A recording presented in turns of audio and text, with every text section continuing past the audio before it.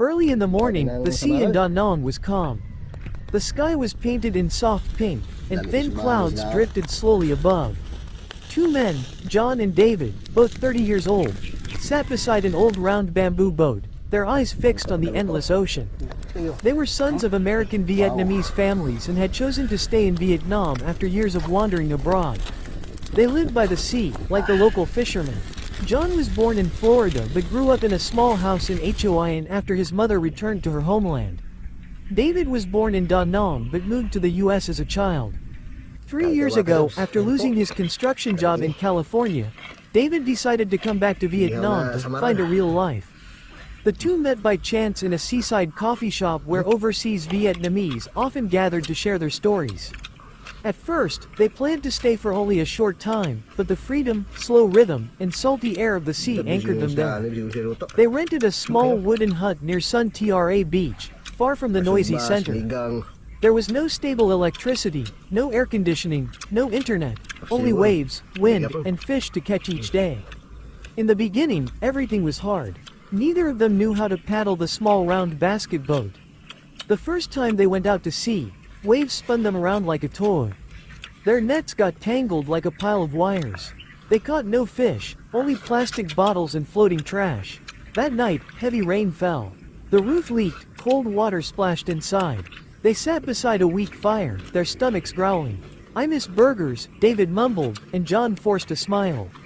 They realized living here wasn't a romantic trip, it was survival. On the second day, they began learning from the locals. Old Ba, a 60-year-old fisherman, was the first to teach them how to mend nets, tie knots that wouldn't slip in big waves, and read the wind to know when to sail out. "The sea is not your enemy," he said. "It just doesn't go easy on strangers." Within 2 weeks, John and David learned to push their boat into the water before sunrise. They wrapped the net, set bait, and pulled at the right moment. The first time they caught a basket full of scad and small squid, joy burst like sunlight. David shouted over the waves, "I've never seen fish this fresh in America." They learned to make fire with wet wood, use coral stones to keep the embers hot, and grill fish over glowing charcoal. They sprinkled coarse salt and lime leaves, a simple local touch. No barbecue sauce, no modern grill, but it was the best meal of their lives. At night, they lay on the sand, listening to the waves. John whispered, "We're finally living, not just running after deadlines." But the sea wasn't always gentle. One September morning, the sky darkened. Rain and strong winds came fast. While they were nearly a kilometer from shore, the waves turned wild. Their small boat capsized. John was pulled underwater.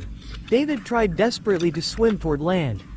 Luckily, Old Ba and a few fishermen rescued them in time. That day, John almost drowned. Their boat was cracked by the waves, their net shredded. They lost nearly everything they had saved for months. 2 days later, when the storm passed, they went back to salvage what they could. "If this were in America, we'd have quit," David said. "But here, we've learned to be patient."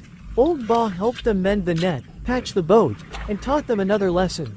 Never go out when the sun hides behind dark clouds. From then on, they observed the sky, listened to the wind, and read the water like real fishermen. Every day, they woke at 4 a.m., pushed the boat out before dawn, cast the net, and returned as the sun rose.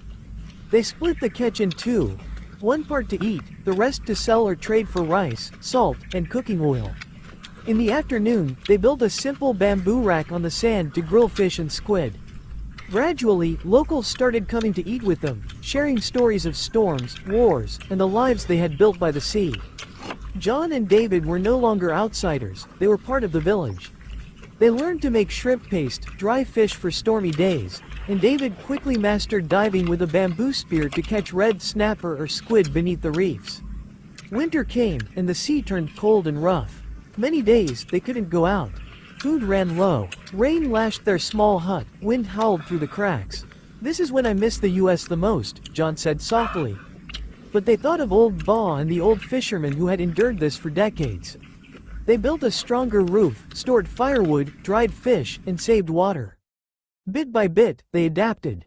One cold night, as they grilled fish by the fire, David said, "We're not tourists anymore, we're sea people now."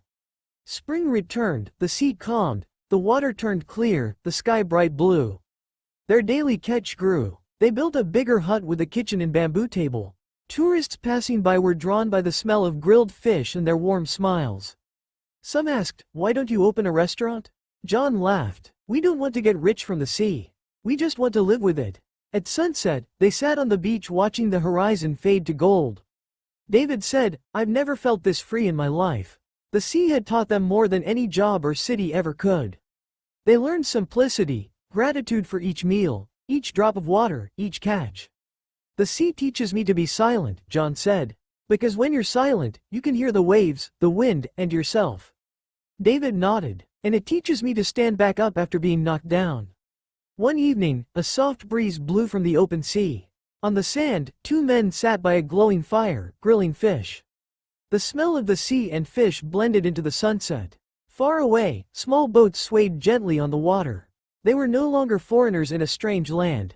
They had become part of this little fishing village on the coast of Đà Nẵng, where the waves had washed away the weight of the world, and where life, though harsh, was truly worth living. Every morning, as the first light touched the water, John and David paddled their small boat into the open sea like real fishermen, starting a new day, simple but free.